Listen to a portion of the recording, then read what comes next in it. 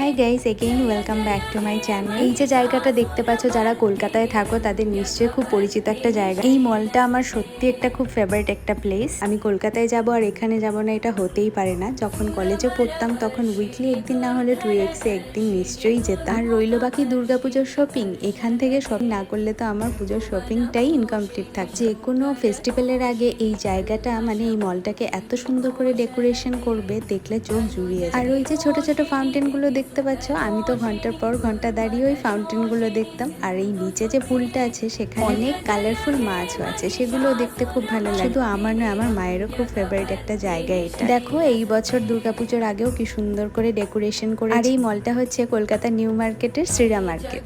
High guys, again welcome back to my channel. এই যে জায়গাটা দেখতে পাচ্ছ, যারা কলকাতায় থাকো তাদের নিশ্চয়ই খুব পরিচিত একটা জায়গা। এই মলটা আমার সত্যি একটা খুব ফেভারিট একটা প্লেস। আমি কলকাতায় যাব আর এখানে যাব না, এটা হতেই পারে না।